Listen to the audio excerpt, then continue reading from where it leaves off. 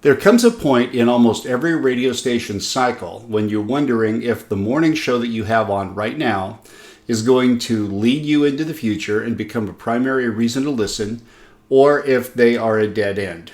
Now, if you know me and you know my writing and you know my background, I would never recommend that you make decisions based on ratings because there are too many flaws and there's too many variations. But in this case, I make an exception because you're comparing apples to apples. You want to get your ratings and look at the total cume, 6 a.m. to midnight, Monday through Sunday, of the total audience, and compare that to the cume of your morning show. Now, you're probably wondering what makes up a good number. Well, let's say that your station has a cume of 100,000 people and your morning show has a cume of 32,000 people.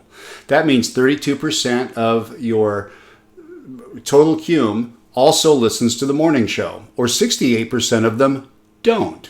Is that a good number or a bad number? I'll give you the answer in just a second, but that number is 32 in that case. Now, here's the key that I use when evaluating a show.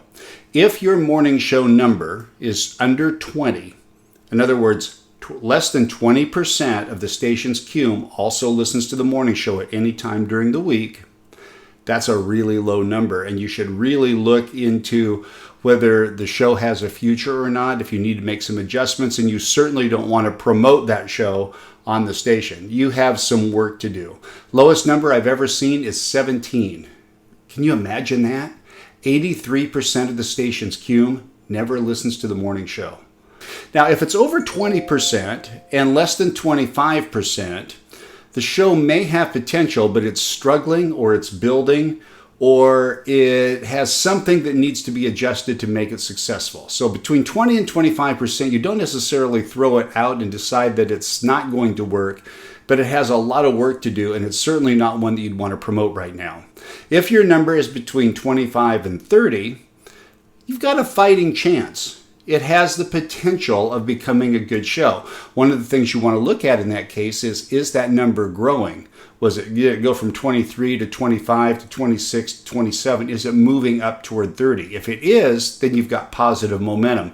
But if it's stalled at like 26, you've got some problems there because the number you want to get to is 30. Between 30 and 40, your show is competitive.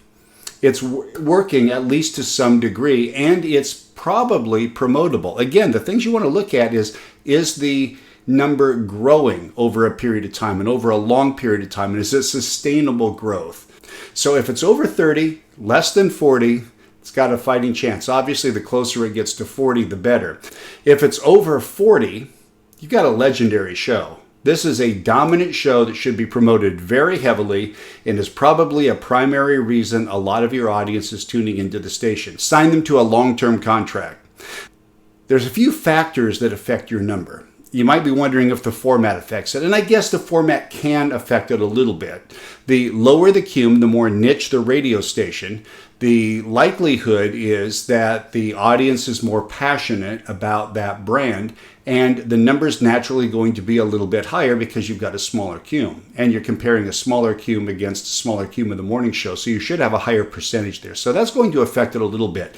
The broader the station, like a top 40 format, might be a little harder to grow a number, but you still want to use that same scale that you're looking at because you are comparing apples to apples in that case.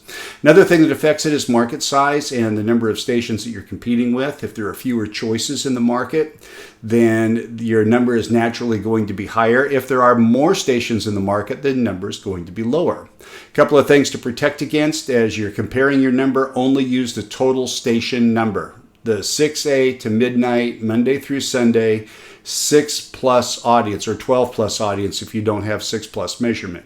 The total audience. The more you narrow the demographic, the higher your number should be.